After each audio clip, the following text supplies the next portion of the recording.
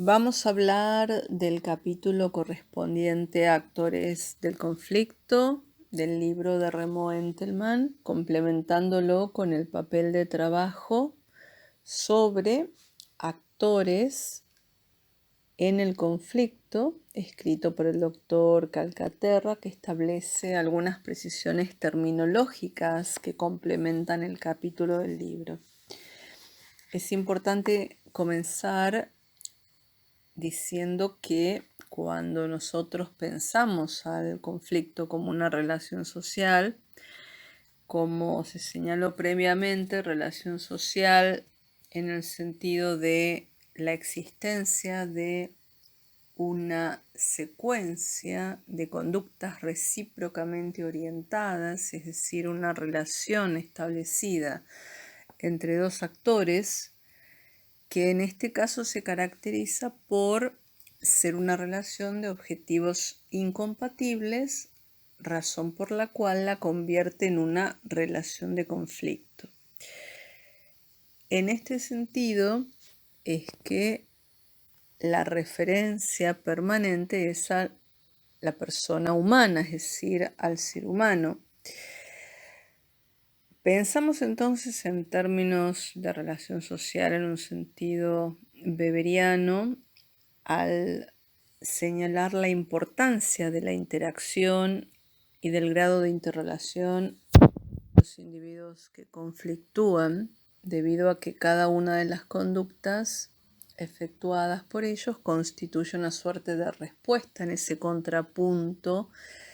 que se da en el campo del conflicto. Ustedes verán que en la primera página, en la página introductoria del libro, en el capítulo 3, categoriza el conflicto como una relación social precisamente porque los actores son seres humanos indefectiblemente. Esto constituiría una verdad incontrastable. Ahora bien, podrían surgir algunos interrogantes, algunas dudas al momento de pensar en conflictos donde en alguno de los bandos o actores plurales estamos obviamente ante más de un individuo. Es decir, que hablamos de actores plurales o actores colectivos, con lo cual podemos inferir que existe algún grado de organización. ¿Cómo podríamos responder a la pregunta de quiénes son los actores en un conflicto entre dos estados, por ejemplo? Esta es una pregunta pertinente porque al pensar en términos de conflictos entre estados pareciera dificultoso poder encontrar la huella de lo humano, es decir, la presencia de un individuo. Podríamos decir que un estado es una persona jurídica y eso no parecería hacer referencia a una persona de existencia real, de existencia visible. Por eso tenemos que partir de la base de que la primera clasificación en orden de complejidad va a ser aquella que divida a los actores individuales de los actores colectivos o actores plurales. En el primer caso, los actores individuales no revisten complejidad, son fácilmente identificables, por supuesto teniendo en cuenta el objetivo por el cual conflictúan con otro actor. Al momento, en cambio, de referirnos a los actores colectivos, se nos presentan o es necesario añadir descripciones mucho más amplias a los fines aclaratorios.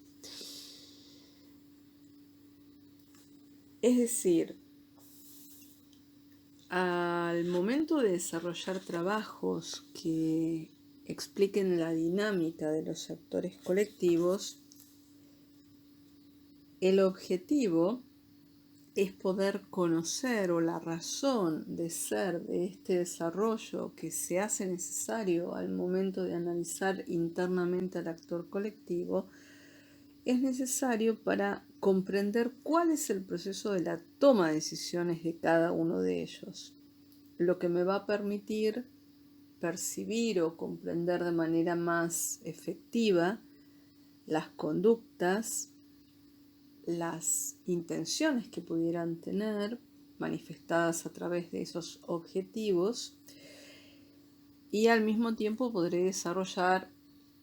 o diseñar posibles escenarios futuros que podrán tener lugar o no, según el grado de probabilidad. Estas características, no obstante, hablar de más de un individuo que forma un actor colectivo, porque dentro de ese sistema llamado actor colectivo o bando de composición múltiple se dan una serie de relaciones e interacciones entre los miembros, no va a alterar o no va a poner en cuestionamiento la afirmación precedente, es decir, el hecho de que los conflictos que aborda la conflictología, es decir, los enfrentamientos o problemas que son objeto de análisis, en definitiva son protagonizados por individuos, por personas, a pesar o aún en el caso de que ellos actúen en algún sentido o de alguna manera en representación de un grupo mayor. Cuando se analicen elementos que hacen a las variables de la conducta conflictual, es decir, a los diferentes elementos o aspectos que conforman una conducta, que tienen que ver con la comprensión, la voluntad y aspectos emotivos, vamos a poder observar con mucho mayor detenimiento si se trata de actores colectivos o si se trata simplemente de individuos sin relación entre sí, pero que coinciden en tiempo y espacio. El componente o el elemento de análisis dentro de la teoría de conflictos llamado variables de la conducta conflictiva o dimensiones o aspectos que forman y conforman a la conducta conflictiva, nos permite poder aplicarlo a problemas entre grupos aún más pequeños que un estado, por ejemplo, conflictos entre grupos de individuos, que sin embargo no contradicen este principio del actor colectivo, porque la clave para poder definirlos como colectivos radica en la coincidencia del objetivo que los nuclea, en el proceso de toma de decisiones y el grado de organización que los mismos puedan tener. Por esa razón, siempre los actores del conflicto serán seres humanos, independientemente de que hablemos de conflictos entre estados, conflictos entre personas jurídicas, es decir, que el Estado puede ser un actor, aunque pueda resultarnos paradójico el hecho de excluir de la categoría de actores a, digamos, individuos que conforman ese Estado, precisamente porque van a estar nucleados como un solo cuerpo, podríamos decir, para mayor clarificación. Entonces, en este sentido, cuando nosotros hablamos de actores colectivos, en este caso, tenemos que pensar en cuál es el grado de organización que podemos observar en ellos. Si nosotros imaginamos, nos representamos el caso de un grupo de personas que no tienen una relación previa entre ellas, como hemos mencionado en audios anteriores, es decir, no se conocen o tal vez simplemente de vista se reconocen, pero jamás han establecido contacto permanente ni vínculo alguno, podría ocurrir lo siguiente. Teniendo un contexto de conflicto, donde un grupo de personas, como reitero, sin relación previa, que por ejemplo intentare usurpar un inmueble, tomar un predio, que pretende retener un otro, estaríamos hablando de una simple pluralidad de individuos, como la denomina Entelman, que son independientes y que ocupa uno de los campos del conflicto. Es decir, este actor colectivo a primera vista no tiene organización y no presenta demasiadas dificultades. Es importante entonces, a contrario sensu, pensar que cuando el actor colectivo tiene algún tipo de regulación, digamos de regulación o de organización, de normativa interna que regula esas conductas recíprocas de sus miembros y en consecuencia los obliga a actuar en una o en otra manera,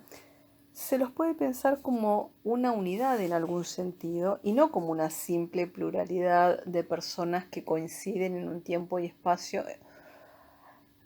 con un objetivo determinado. El hecho de pensarlos como unidad a los miembros de un actor colectivo por el hecho de que tiene un nivel de organización mínimo que es el que regula esas conductas recíprocas a nivel interno de los miembros,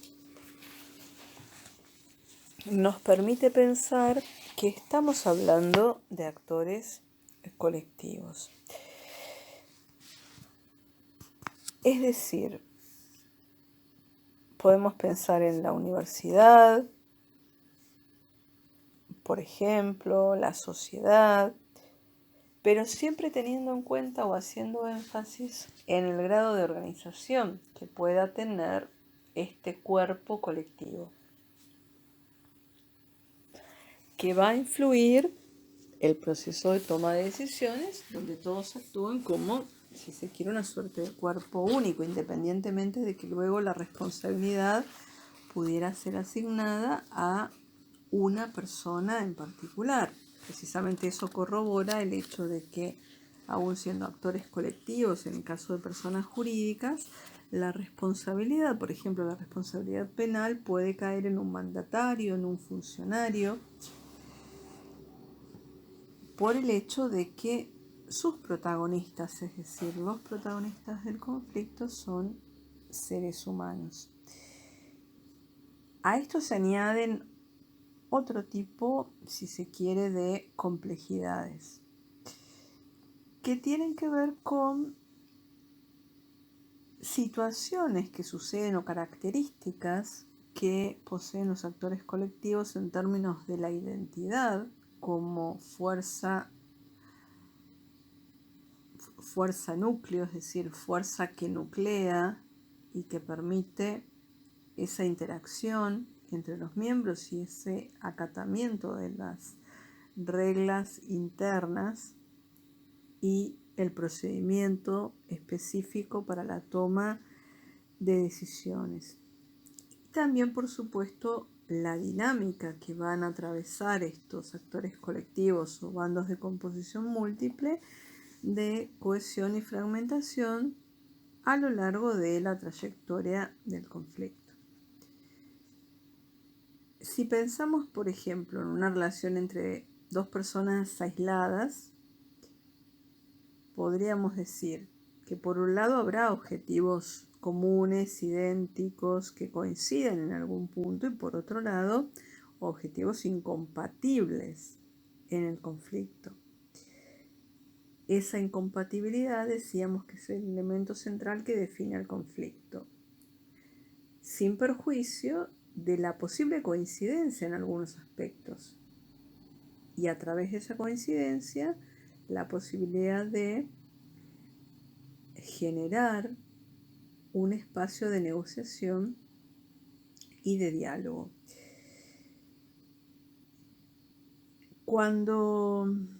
Es decir, en el caso de los actores individuales no vamos a tener grandes dudas respecto de quién es cada uno de los actores, precisamente porque se va a dar esta coexistencia, podríamos decir, de objetivos tanto compatibles como incompatibles en una misma relación,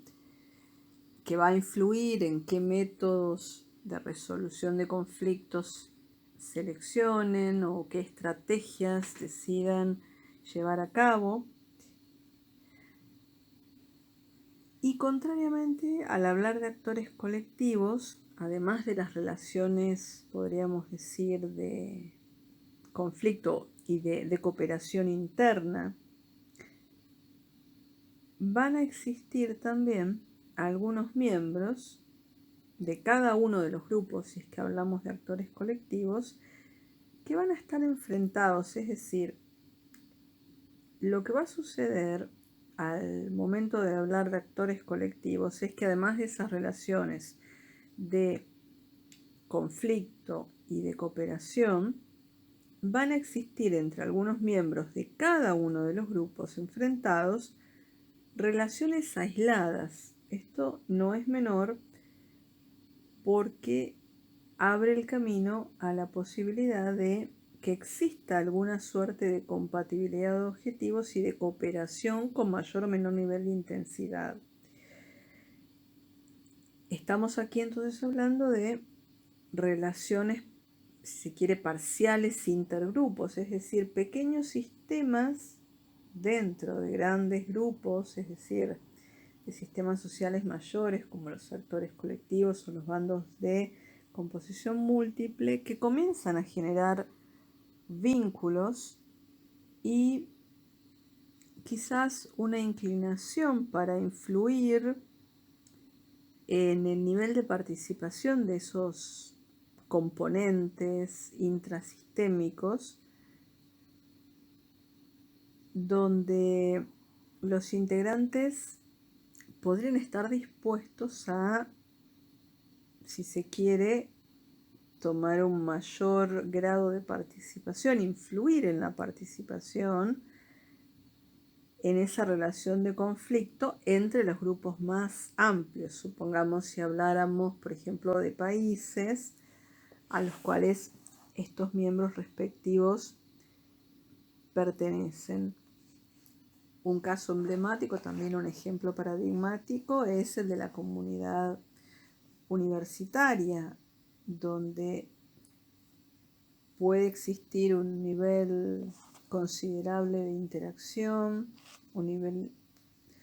significativo de cooperación entre actores que tienen vínculos de amistad, de intercambio.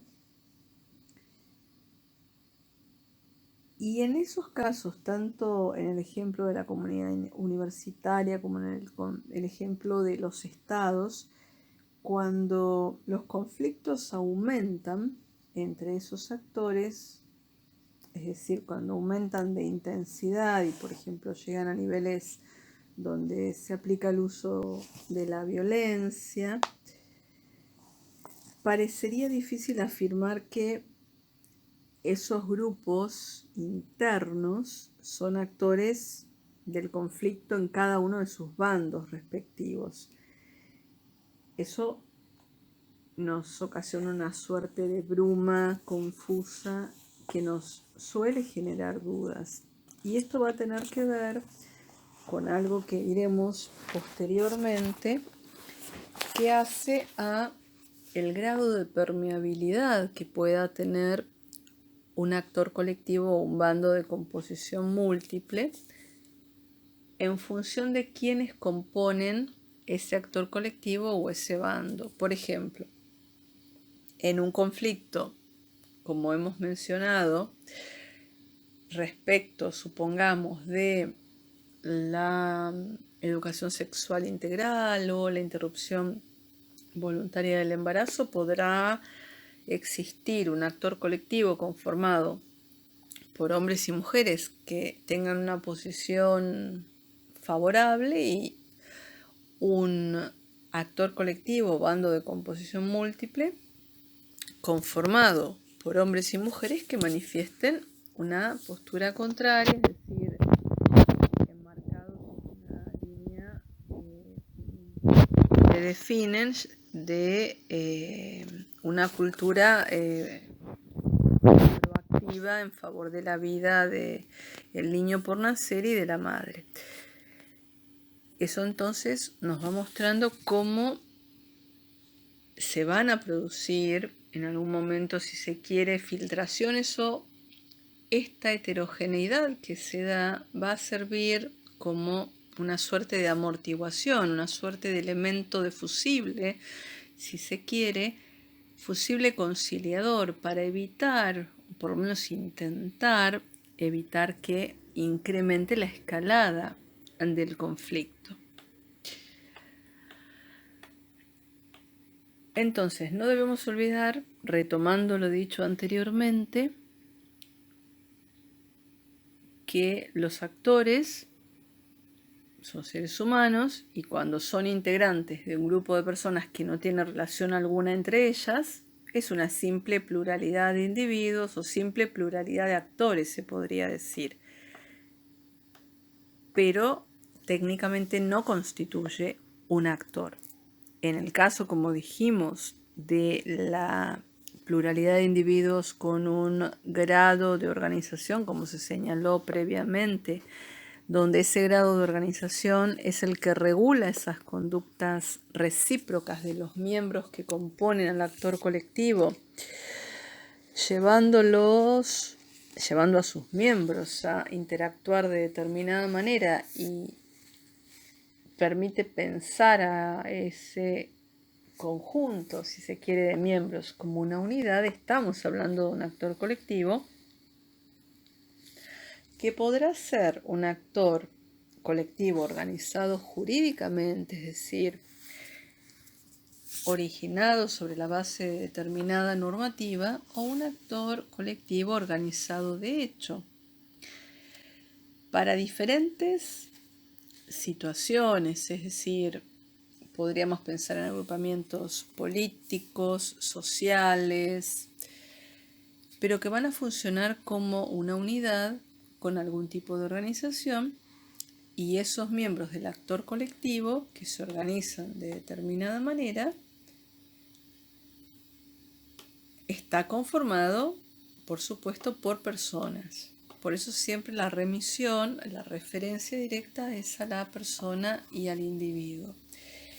La diferencia o el mayor grado de complejidad comienza cuando surgen las interacciones que van aglutinando a los diferentes miembros en torno de un objetivo, regulados por un sistema de organización en sus conductas y una determinada manera en la toma de decisiones. Esto, como decíamos previamente, nos remite a la teoría de sistemas, en el sentido de que existen diferentes elementos en un sistema que le dan una determinada identidad a través de una organización. La organización implica el modo en que esos elementos interactúan, en este caso el modo en que los miembros interactúan, los roles que pueden tener, las funciones dentro de ese sistema, es decir, los roles y las funciones dentro del sistema actor colectivo. Esta distinción no es menor precisamente porque nos va a permitir poder observar qué características tendrían, cuando analizamos distintos modos conflictuales, en función de quiénes sean los protagonistas. Si, por ejemplo, pensamos en un conflicto entre un individuo y la sociedad, el individuo frente al mundo, entre dos grupos, entre dos sociedades, entre dos entes individuales, pero siempre va a concurrir un ser humano, una persona, para corroborar, es decir, corroborando un principio que nos dice que los actores siempre son seres humanos. La diferencia va a estar precisamente en que para constituir un actor colectivo deberán darse las características mencionadas. En este caso, en este tipo de actores, las personas, determinadas personas, según el rol y función que ejerzan dentro del sistema actor colectivo, tendrán la misión de asistir, por ejemplo, a una mesa de diálogo en representación de ese actor colectivo organizado o de ese actor colectivo de hecho, es decir, el actor colectivo organizado jurídicamente o el actor colectivo organizado de hecho. Es decir, los mandatos están definidos de manera predeterminada. Por mandato entendemos aquellas obligaciones y funciones, es decir, las competencias que le son asignadas a los miembros o representantes que cumplan determinada función,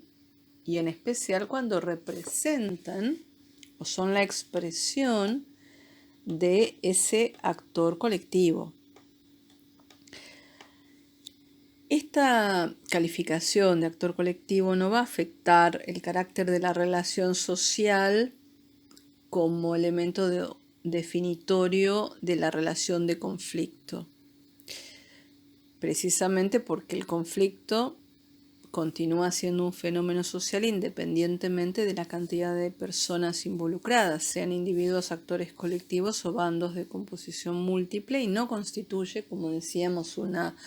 patología social o una problemática a combatir, sino que puede operar como una suerte de elemento dinamizador de la vida social.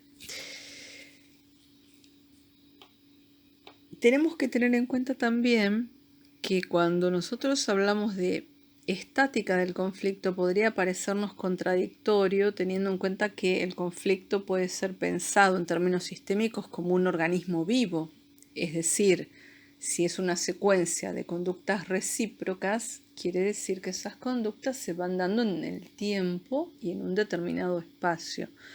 Nos habla de la idea de movimiento, de un proceso dinámico. Sucede que para pensar en términos de estática del conflicto, vamos a estar en verdad desglosando, analizando, descomponiendo los elementos que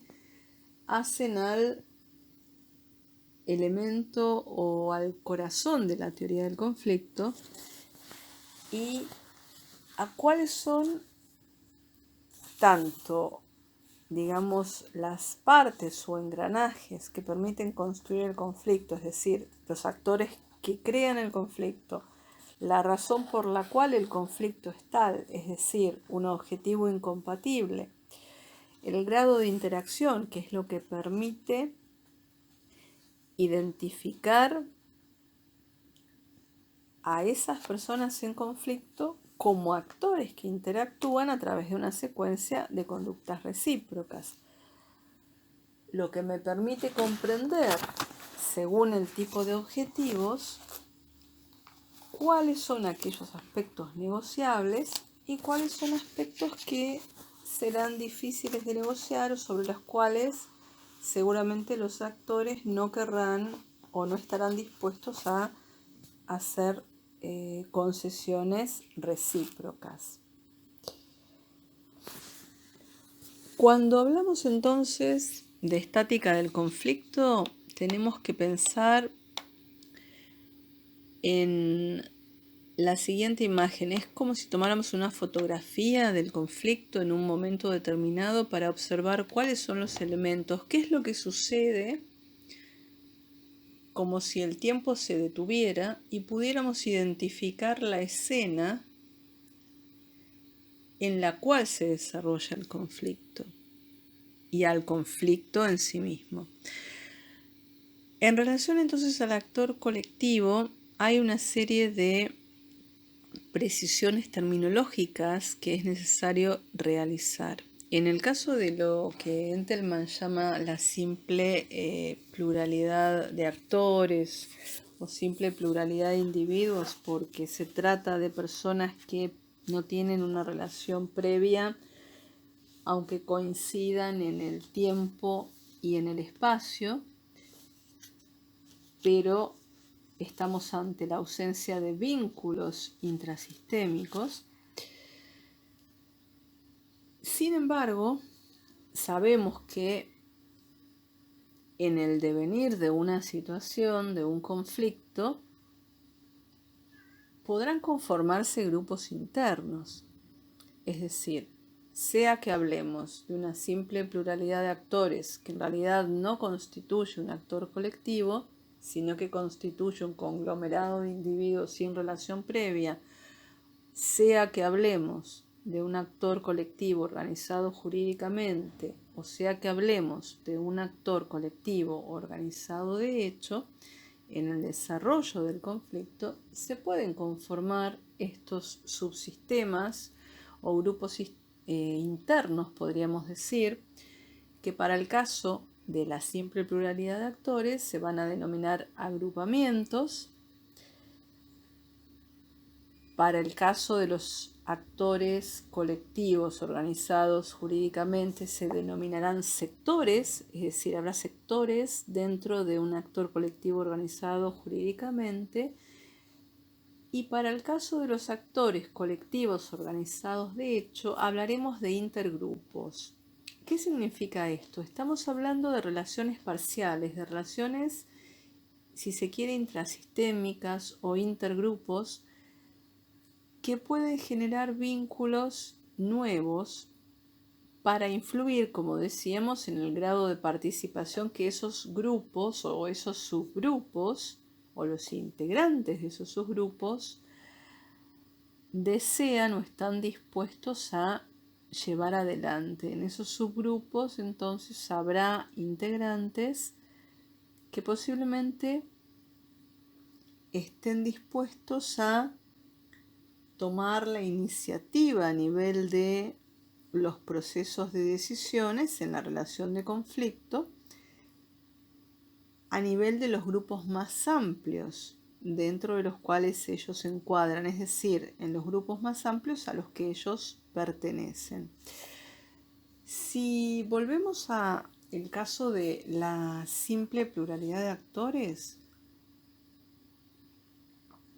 al producirse un agrupamiento que pueda observarse como una unidad de sentido, como una unidad de conducta, un cuerpo único, esa simple pluralidad de actores o simple pluralidad de individuos que inicialmente no constituye un actor colectivo, pasará a transformarse en un actor colectivo organizado de hecho, y los integrantes pasarán a ser miembros de ese actor colectivo organizado de hecho. Pensemos, por ejemplo, en casos como episodios de inseguridad, donde los vecinos del barrio, que previamente no se conocen y no tienen relación previa ni contacto entre sí,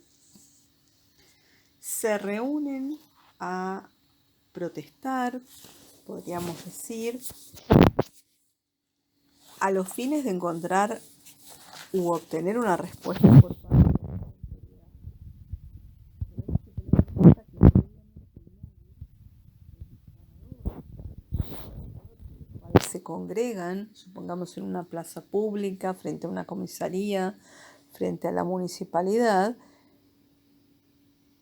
es un objetivo al cual le asignan un valor subjetivo. Sucede que en este caso habrá una coincidencia. Supongamos que se trate de exigir a las autoridades que combatan la inseguridad, que generen o provean de mayor infraestructura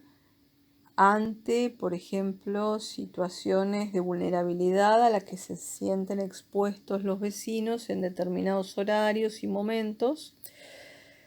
con lo cual empezará a existir un objetivo o una razón de ser que los nuclee, aunque previamente hayan decidido manifestarse por iniciativa propia, libremente, sin organización previa y sin conocerse, pero esa simple pluralidad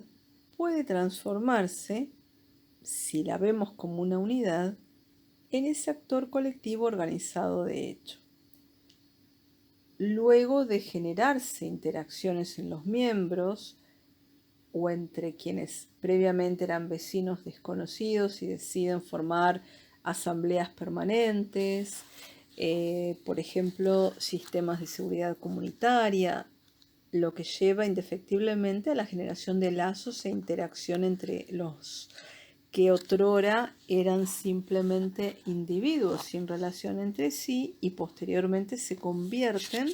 en miembros de un actor colectivo organizado de hecho. En el caso de los actores colectivos organizados jurídicamente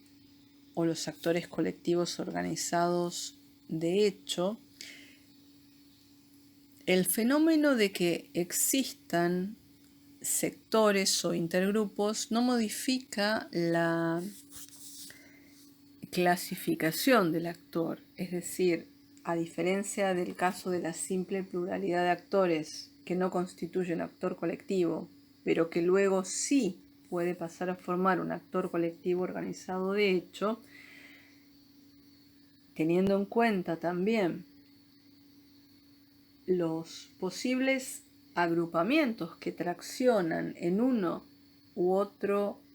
sector, mejor dicho, en una u otra dirección, posiblemente fortaleciendo e inspirando a la creación de ese actor colectivo organizado de hecho, en el caso que menciono de los actores organizados jurídicamente u organizados de hecho, estos sectores o intergrupos en definitiva no modifican, podríamos decir, la estructura o la conformación interna del actor, pero sí nos van a proveer información en cuanto a si van a tener el potencial de producir una fragmentación, es decir, si implican un proceso de fragmentación o si únicamente su objetivo es influir sobre el actor que ellos integran, es decir, el objetivo podría ser no la fragmentación, pero sí influir como sector o como intergrupo en ese actor colectivo que ellos integran para poder tener un rol, si se quiere, de mayor protagonismo en ese proceso de toma de decisiones. Otro de los puntos relevantes en términos de los actores, como dijimos, actores en el sentido de quienes crean el conflicto que previamente no existía, es tener muy en claro que el rasgo distintivo de la relación de conflicto es el de la bipolaridad, es decir, el principio de bipolaridad es aquel que rige la dinámica, podríamos decir, y la peculiar forma en la cual el conflicto puede desarrollarse. Ahora bien, la idea de bipolaridad como rasgo diferenciante de esa relación de conflicto y la intervención de terceros, la posible intervención de terceros en esa relación, puede parecer contradictoria. Por esa razón es que nosotros, al hablar de bipolaridad, distinguimos en principio entre sectores, si se quiere, intergrupos, diferentes referencias para mencionar a estos componentes que pueden fragmentarse o que pueden comportarse como integrantes que influyen en el proceso de toma de decisiones. Esto significa que a mayor nivel de heterogeneidad, un término más acertado es el de bando o bandos para denominar a los protagonistas de esta incompatibilidad, precisamente porque los bandos de composición múltiple involucran a componentes sumamente heterogéneos. Podríamos pensarlos como bloques, si se quiere, en cuya composición encontraremos a diferentes actores colectivos, individuos, es decir, pequeños subsistemas, por así decirlo, o componentes que generan relaciones intrasistémicas, que tienen entre sí quizás un mayor nivel, podríamos decir, de coincidencias en aspectos secundarios entre sí, pero sin embargo, respecto del objetivo principal, están encolumnados en esa línea, y esa es la razón por la cual integran ese bando.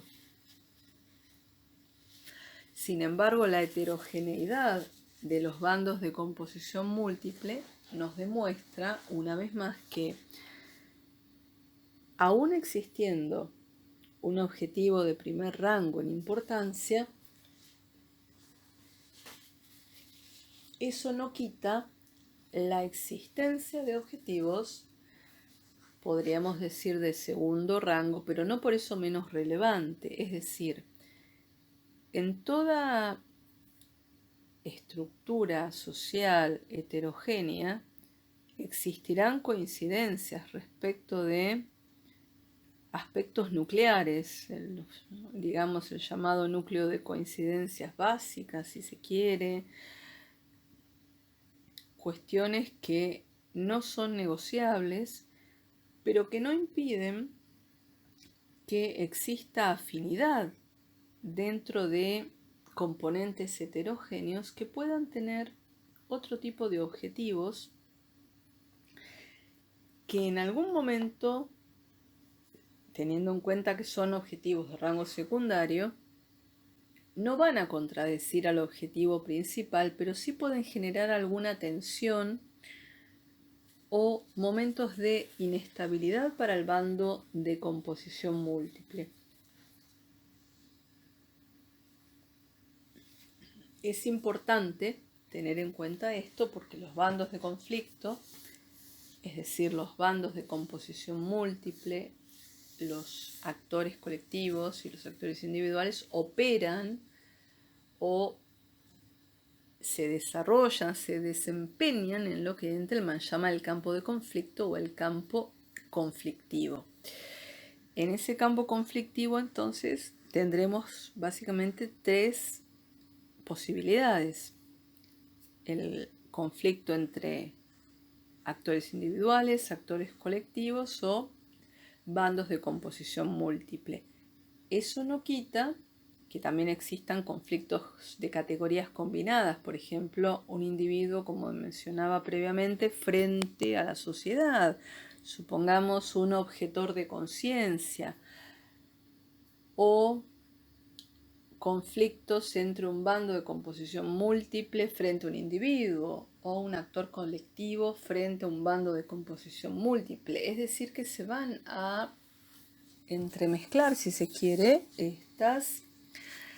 diferentes categorías. Lo que tenemos que tener presente entonces es que cuando hablamos de actores, recordando que los actores son quienes en definitiva crean el conflicto y quienes aparecen después van a ser pensados como terceros, tema sobre el cual hablaremos en el capítulo pertinente, van a tener un menor o mayor grado de complejidad en función de, por un lado, la cantidad de individuos que conforman a ese actor, es decir, sean meros individuos, sean actores colectivos o sean bandos de composición múltiple, en cuyo caso, en este último, el nivel de interacción va a ser mucho más complejo, enriquecedor y variado, produciéndose estas coincidencias respecto del objetivo principal y también posibles diferencias que pueden poner en riesgo, podríamos decir, a la estructura del bando de composición múltiple, generando quizás un proceso de fragmentación en el caso de que algún componente ya no se encuentre representado en cuanto a el no reconocimiento de ciertos objetivos que son de segundo rango, pero que para ese componente va a resultar de importancia, y por esa razón, ejemplos tenemos numerosos en el espacio político, en cuanto a las coaliciones, a los armados políticos, la constitución de nuevos espacios políticos. Podría suceder, como decíamos, que el componente disidente se fragmentara y pasara a integrar, ¿por qué no?, parte del bando opositor, podríamos decir, o simplemente se saliera del conflicto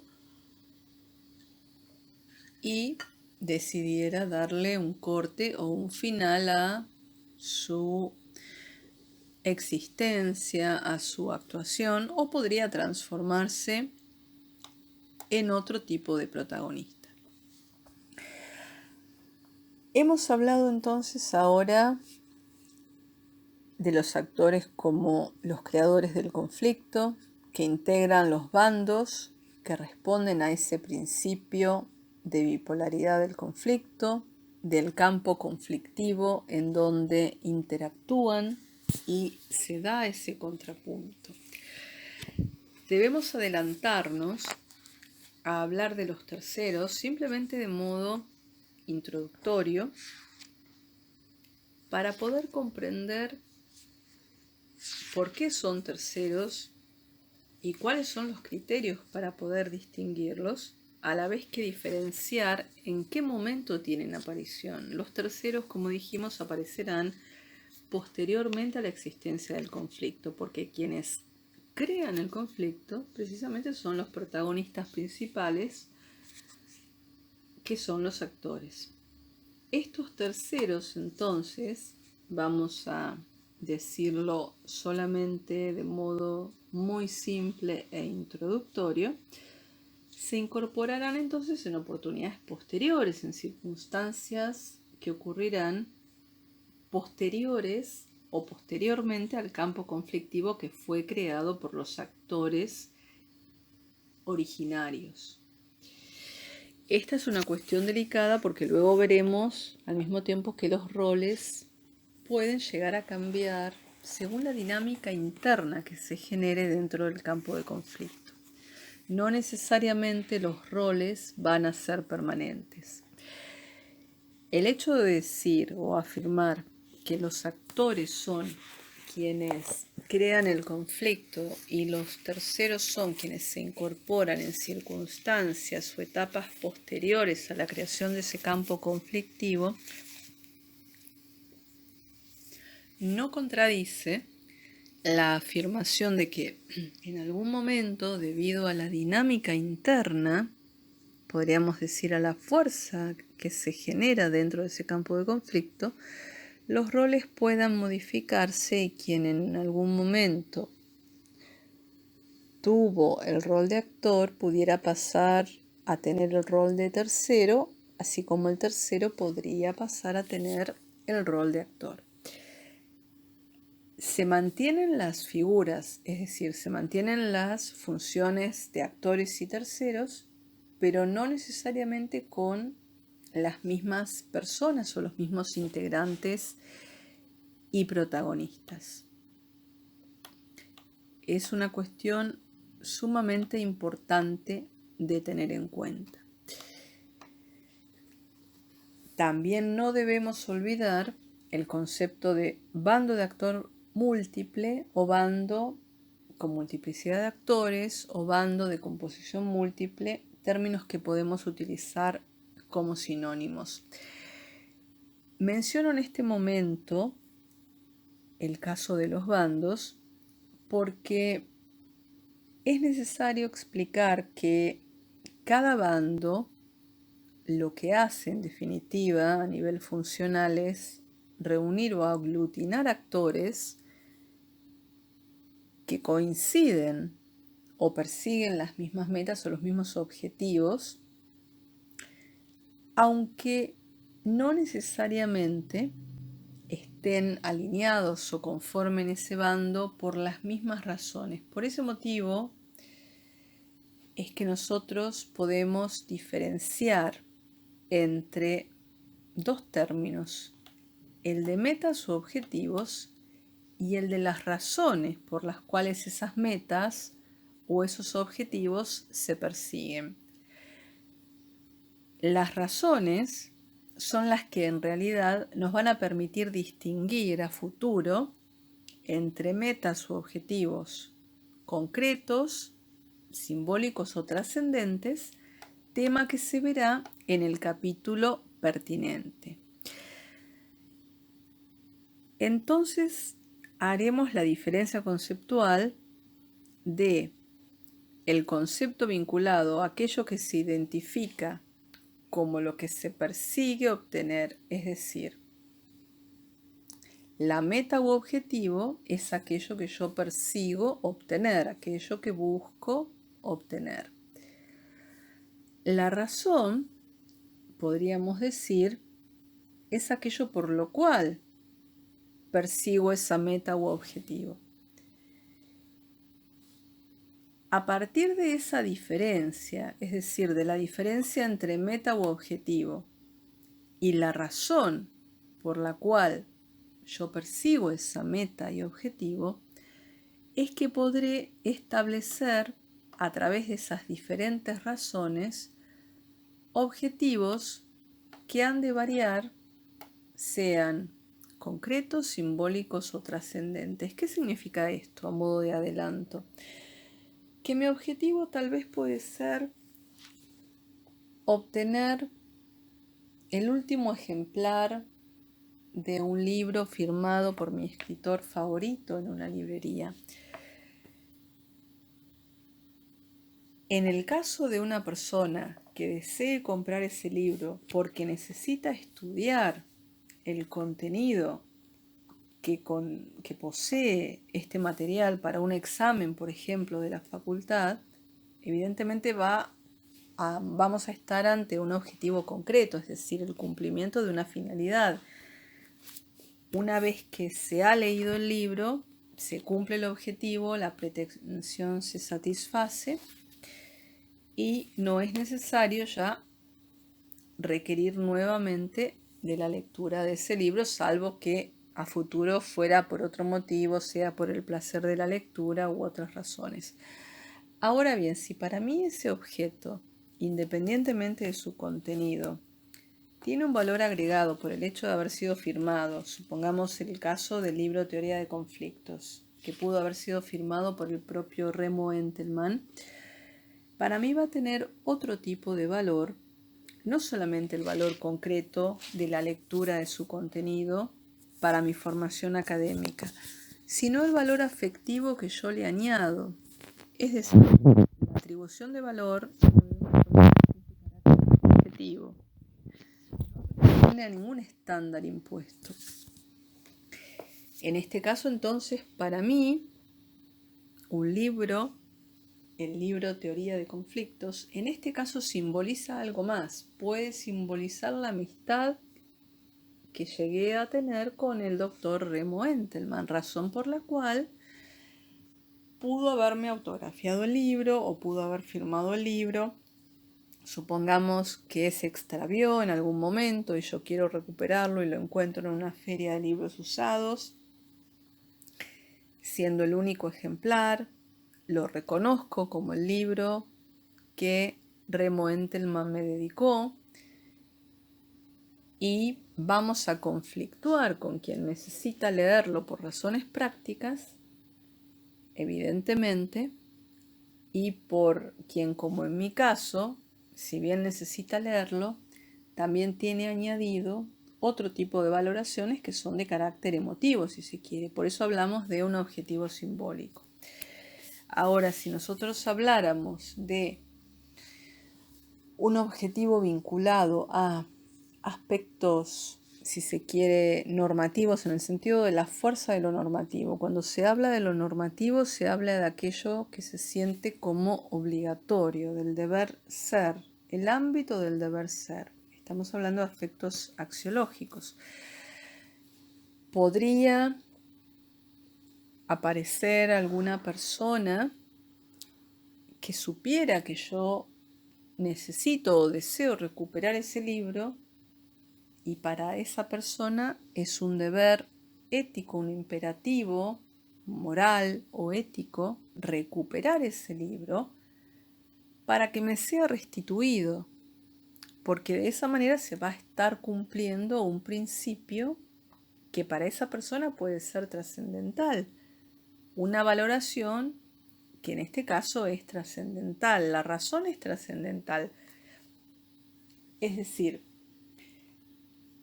el objeto, aquello que percibo, puede ser lo mismo en los tres casos, es el libro. En un caso hay una función utilitaria, en otro hay una función emotiva y simbólica. En el último caso hay una función, si se quiere, de reivindicación y de cumplimiento de la ley, es decir, devolución de un objeto a su dueño original. Este ejemplo se puede llevar a casos mucho más simples, como por ejemplo, si hablamos de objetivos concretos que se agotan con la mera satisfacción de la pretensión, podríamos hablar del caso de tomarnos una taza de café por la mañana, porque tenemos frío y una vez que terminamos nuestra bebida cumplimos el objetivo, o el hecho de cobrar una deuda. Una vez que cobro la deuda, cumplo el objetivo que buscaba, que es obtener el dinero que se me debía. Podría ser también, ¿por qué no?, que ante el caso de las llamadas obligaciones naturales, supongamos, habiéndose extinguido la exigencia legal, es decir, habiendo prescripto la obligación y habiéndose transformado esta en una obligación natural, si un familiar mío, supongamos que haya fallecido, esto es ficción solamente,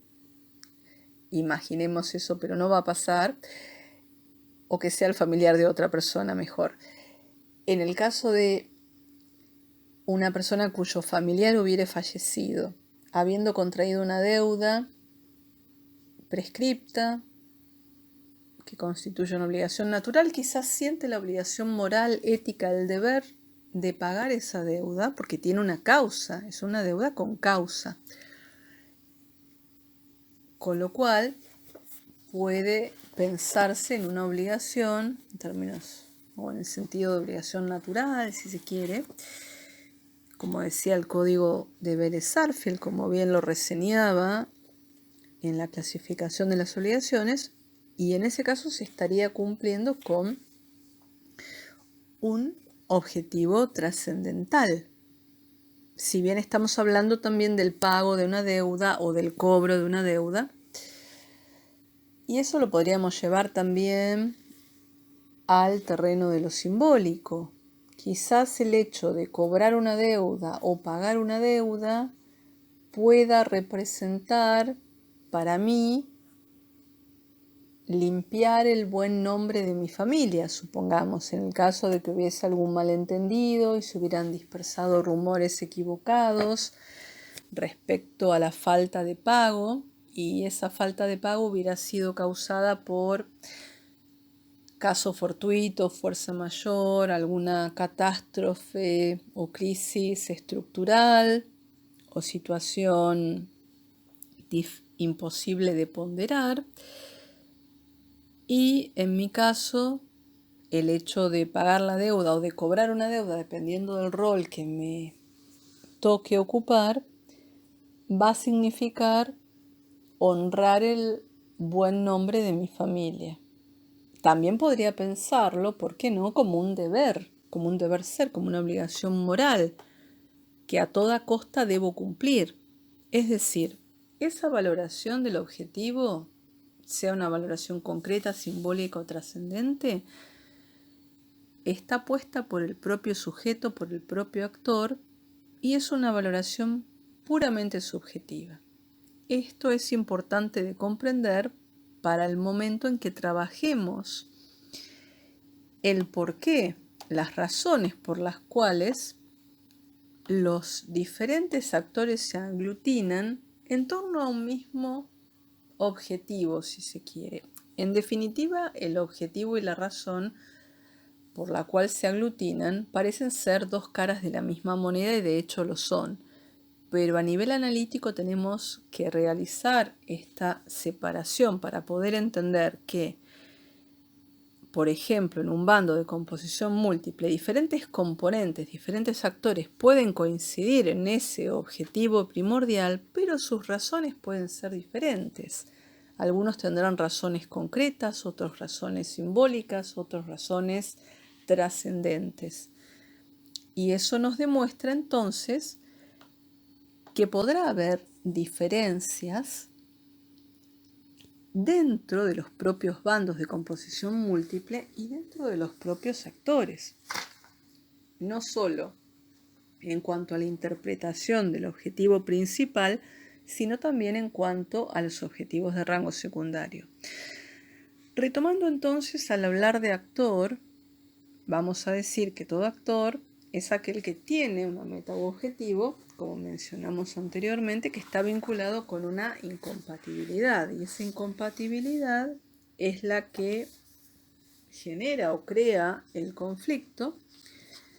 provoca ese fenómeno de bipolaridad del conflicto. Siempre es un conflicto entre dos, es decir, entre dos actores individuales, entre dos actores colectivos, entre dos bandos de composición múltiple, pero en definitiva estamos hablando de dos, de A y de B. Por otro lado, los actores van a disponer de recursos, como se señaló previamente, a los que vamos a llamar recursos de poder, es decir, todo tipo de herramientas orientadas a modificar la conducta del otro actor. ¿Qué significa esto? Estas conductas van a estar orientadas mediante el uso de las herramientas con las que uno cuente al logro de los objetivos que uno se propone como actor frente a un otro. Esos recursos, a los que llamamos recursos de poder, porque poder significa modificar la conducta del otro en una u otra dirección, necesita de dos requisitos. El actor debe poseer ese recurso y tener la voluntad de utilizarlo, por supuesto, realizando una operación lógica, un razonamiento de costo-beneficio en función de cuáles son los recursos más eficaces dependiendo de la fase del conflicto. Posiblemente los recursos de poder vayan en aumento, en intensidad, a lo largo de la trayectoria del conflicto. Por eso no podemos pensar que todo recurso o toda herramienta es un recurso de poder. Si una persona, por ejemplo, tiene portación, permiso de portación y tenencia de armas de fuego, pero no está dispuesta a utilizarla en defensa propia, ese recurso o esa herramienta no es considerada un recurso de poder, porque posiblemente el actor prefiera tomar la decisión de llamar a las fuerzas de seguridad para que detengan, por ejemplo, al agresor o a la persona que ingresara a su domicilio con intenciones delincuenciales. Es decir, que la voluntad de utilizarla es uno de los elementos fundamentales. Y al mismo tiempo, por supuesto, se añade el hecho de que esas herramientas o recursos de poder deben ser de propiedad de los actores, de propiedad del actor individual, colectivo, del bando de composición múltiple. Es decir, vamos a encontrar diferentes ejemplos y posibilidades de cómo esos recursos son incorporados por los actores y cómo se ponen en despliegue a lo largo de la vida del conflicto. Seguramente se comience con recursos de poder, podríamos decir, de menor cuantía o de menor impacto, para dejar librados o asignados a una fase posterior aquellos recursos que tienen mayor poder, podríamos decir, de intensidad en el conflicto. Dicho esto, debemos tener en cuenta también, al hablar de los actores, unas pocas cuestiones que van a ser también importantes. Siempre entonces vamos a tener en cuenta de un concepto que hace a la autonomía del sujeto dentro de una relación de conflicto, sumado o formando parte de un actor colectivo si no es individual, o formando parte de un bando de composición múltiple, pero independientemente de su autonomía, a medida que se complejiza la categoría de actor, se van generando reglas internas, como decíamos, tanto para roles, funciones, el grado de representación que tenga cada uno de los miembros y su protagonismo o el alcance de la participación en la toma de decisiones.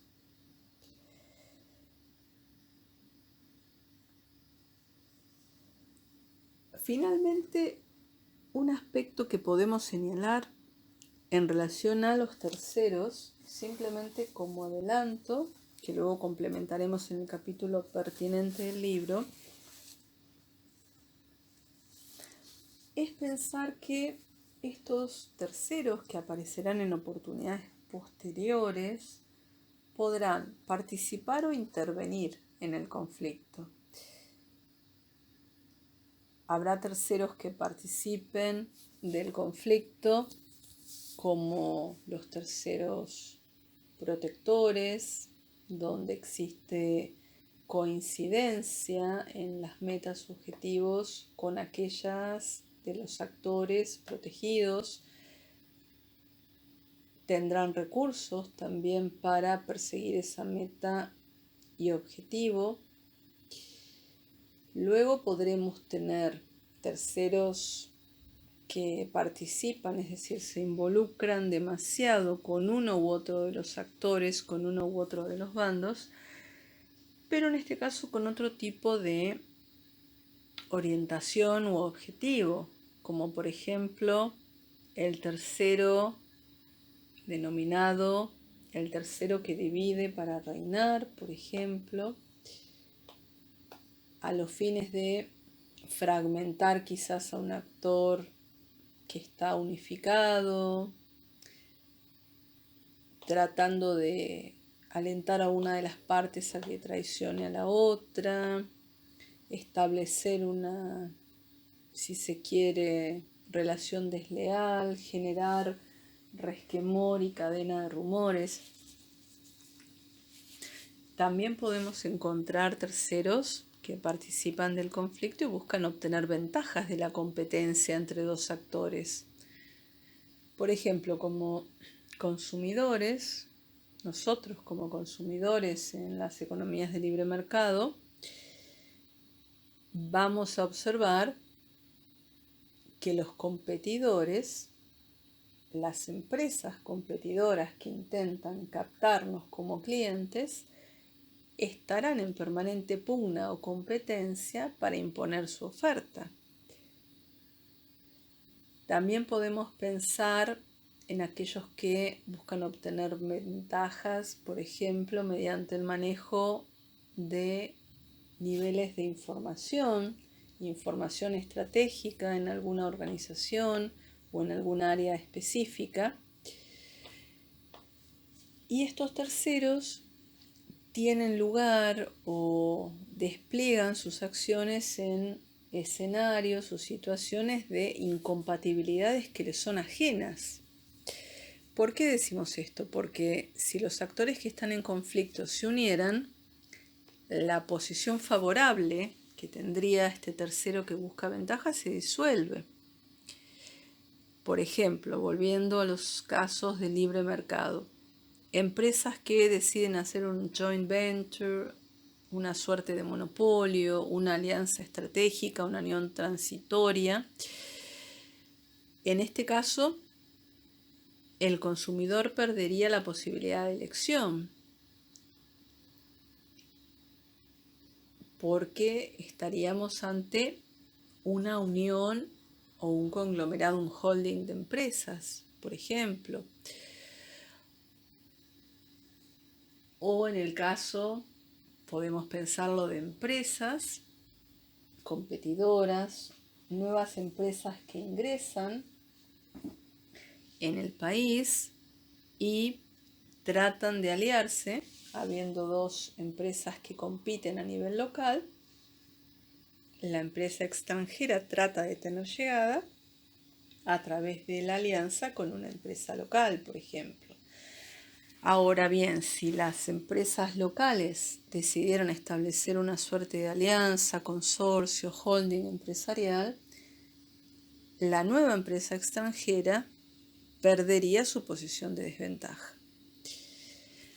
También podemos encontrar otro tipo de modalidades. Cuando hablamos de estas adjetivaciones de terceros protectores, ventajistas, disuasores o persuasores, estamos hablando de modalidades del comportamiento.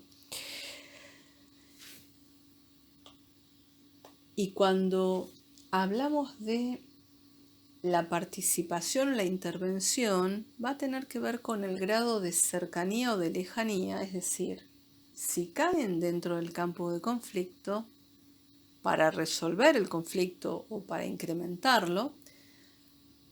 o si su rol será por fuera del campo de conflicto, en cuyo caso intervendrán en la resolución del conflicto. Situación que es claramente diferente de la participación, donde el tercero es, podríamos decir, casi absorbido por uno u otro de los actores. Uno de los siguientes puntos que tenemos que detallar o tener en cuenta ya a modo de síntesis y cierre es precisamente lo que se mencionó al inicio, el aspecto vinculado a las fronteras y lo que Entelman llama la contaminación conflictual, las características o el requisito de la identidad que debe tener el actor colectivo para poder organizarse internamente en función de sus roles y funciones asignadas a cada uno de los miembros y el modo en cuanto al proceso de la toma de decisiones. La simple pluralidad de actores, cuando hablamos de identidad, va a presentar diferentes escenarios. Podríamos seguir hablando de actores individuales que tuvieran el mismo objetivo. Supongamos, todos aquellos que habitamos el planeta Tierra y que defendemos los derechos de los animales no humanos o seres sintientes. Seguimos siendo una simple pluralidad de actores, es decir, no constituimos un actor colectivo organizado, simplemente coincidimos desde nuestras casas, mirando por televisión, algunos accionando en el territorio o en ciertos espacios institucionales, pero en definitiva no hay una relación entre nosotros. La siguiente posibilidad o el siguiente escenario es que esas personas que coinciden en ese objetivo en distintos puntos del planeta comiencen a organizarse, es decir, a establecer una suerte de construcción o tejido de relaciones para en definitiva formar una estructura organizativa que podrá ser de hecho o podrá ser a futuro organizada jurídicamente. Es decir, en este caso pasarán de ser una simple pluralidad de actores o una simple pluralidad de individuos que pueden tener un objetivo en común, es decir, que pueden simpatizar o adherir a una determinada causa, pero no tener actividad en conjunto e interrelacionada, podrán pasar a conformar alguna red internacional, redes regionales, grupos locales, como en el caso, por ejemplo, de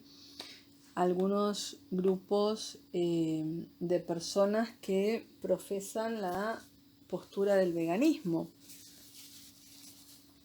y que se han manifestado en algunas protestas o exhibiciones, como por ejemplo el caso de la sociedad rural y la protesta que hicieron los miembros de varias de estas organizaciones, que quizás posiblemente en una etapa previa no tenían una relación o una interacción, pero cierto objetivo comenzó a unirlos y a hacerlos coincidir en el tiempo y espacio para conformar un sistema social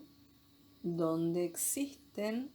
relaciones internas intrasistémicas y una determinada identidad. El siguiente punto tiene que ver, como decíamos, con la dinámica permanente que oscila entre la cohesión y la fragmentación al momento en que hablamos de actores colectivos o de bandos de composición múltiple. La cohesión nos hace pensar en una suerte de actor monolítico, la idea de unicidad, si se quiere, porque no pareciera mostrar diferencias o disidencias internas al momento de los objetivos que se comparten o las metas en las que se coincide. Esta razón o esta característica de cohesión, este fenómeno de cohesión, se puede dar por diferentes razones. A lo largo del conflicto se va generando un proceso, si se quiere, de fortalecimiento y compromiso, mayor compromiso de los miembros respecto de los valores que hacen a ese colectivo social. Momentos de crisis también llevan a la necesidad de superar conflictos internos para lograr que los miembros se alineen en torno a un actor o a un bando de composición múltiple. Ejemplos podríamos mencionar, por ejemplo, conflictos bélicos, donde las diferencias políticas y todo tipo de diferencias son dejadas de lado o puestas en pausa, en pro de la soberanía y de la defensa del territorio. Y contrariamente nos encontramos con el fenómeno de la fragmentación, donde existe la potencialidad de que algunos, podríamos decir algunos individuos, en un acercamiento, si se quiere, si uno se aproxima a analizar determinada situación, podría observar que algunos individuos parecerían considerarse integrantes de uno de los campos del conflicto, pero que en realidad integren el otro. ¿Qué significa esto? Este es uno de los supuestos para el proceso de fragmentación, que ocurre cuando un sector o un intergrupo puede llegar a compartir metas o objetivos de la organización o del actor colectivo o bando de composición múltiple que es oponente de aquel grupo del cual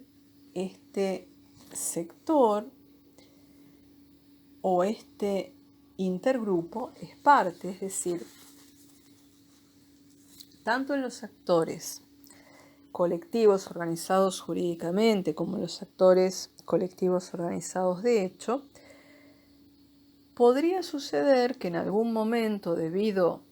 a las relaciones intrasistémicas que se generan, es decir, la aparición de intergrupos o sectores. Recuerden, sectores para los actores organizados jurídicamente, intergrupos para los actores organizados de hecho. Ese surgimiento de esas subunidades podrían encontrar mayor identificación con el bando oponente, con el bando opuesto, y podría ocurrir una suerte de confrontación o un desprendimiento de esos componentes de ese intergrupo o de ese sector que transite a conformar, a ser parte del bando opuesto, quizás porque los objetivos cambiaron a lo largo del tiempo, las necesidades son otras, hay diferencias irreconciliables dentro del bloque o del bando inicial, y se produce el proceso de fragmentación donde pasan a formar parte del bando opuesto, o también puede suceder que se salgan del campo de conflicto. Respecto a lo que Entelman denomina las fronteras en los grupos, en realidad estamos hablando del grado de permeabilidad, del grado de flexibilidad que pueden tener los diferentes grupos sociales, sea que hablemos de actores colectivos, de bandos de composición múltiple, con lo cual Entelman va a pensar en fronteras rígidas y fronteras abiertas. ¿A qué se refiere en estos casos? Supongamos, Entelman nos da ejemplos de conflictos en el marco de relaciones laborales, donde él encuentra quizás menos probable encontrar dependientes o empleados que integren el campo o el sector de la patronal, o empresarios que formen parte de, digamos, el bando de los trabajadores, aunque puede suceder, pero sería menos posible, parecería un ejemplo de fronteras más bien rígidas según el análisis de Entelman. Ahora, cuando Entelman menciona ejemplos como, por ejemplo, el racismo o cuestiones ideológicas de peso, el racismo es una de ellas, el feminismo, entre otras. En este caso, por ejemplo, en el conflicto, si lo simplificamos, aquellos quienes pueden estar a favor del feminismo y aquellos que no lo están, habrá hombres que serán feministas y mujeres feministas, y habrá hombres que no serán feministas y habrá mujeres antifeministas. Es decir, las líneas o los límites que separan a los bandos son más bien fluctuantes, más bien permeables. Con lo cual en este caso, en este último caso, estamos hablando de fronteras abiertas, es decir, de grupos que son más permeables y más flexibles y pueden estar constituidos por diferentes protagonistas. Cuando el conflicto se extiende a otros actores que inicialmente no fueron los que comenzaron con esta suerte de interacción o de puesta en marcha de los objetivos incompatibles y tampoco están alineados en alguno de los bandos a través de coaliciones o alianzas, Entelman hace la mención al término contagio, una suerte de situación que se replica de modo permanente. ¿Qué significa esto? Lo que se llama contagio tiene que ver con hechos o conflictos que pueden tener lugar en determinada situación que luego son replicados por otros individuos, sea que sirven de inspiración, sea que también se sienten representados, supongamos en casos de estallidos sociales, protestas que comienzan en una ciudad o en una región y se extienden a todo un país. Es decir, en algunos casos ante la falta de canales de diálogo, mesas de diálogo, canales de participación para canalizar los conflictos o intermediación de protagonistas o actores como los sindicatos, por ejemplo, es plausible o existe una potencialidad considerable de que estos conflictos se multipliquen precisamente por una falta de manejo de comunicación o por no ser suficiente el grado de comunicación y el grado o la posibilidad de diálogo a la hora de solucionar un conflicto, es decir, orientado ese diálogo a solucionar un conflicto de la índole que fuere. Hay otros ejemplos, como por ejemplo la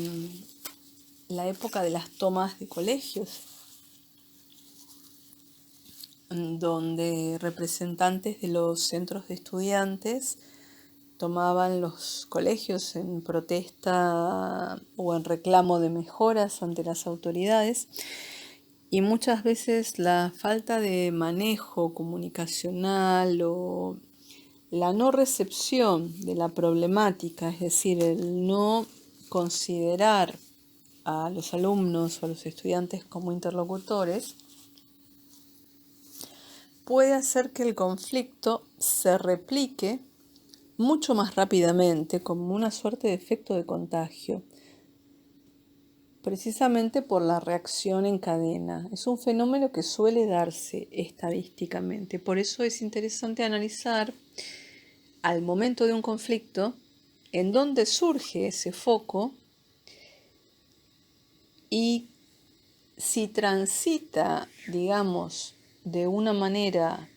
conciliadora a los fines de encontrar una solución que puede lograrse o si ante la falta de espacios de diálogo el conflicto se replica y aumenta en su intensidad, como por ejemplo podríamos pensar en el caso de la situación que vivió Chile el año pasado.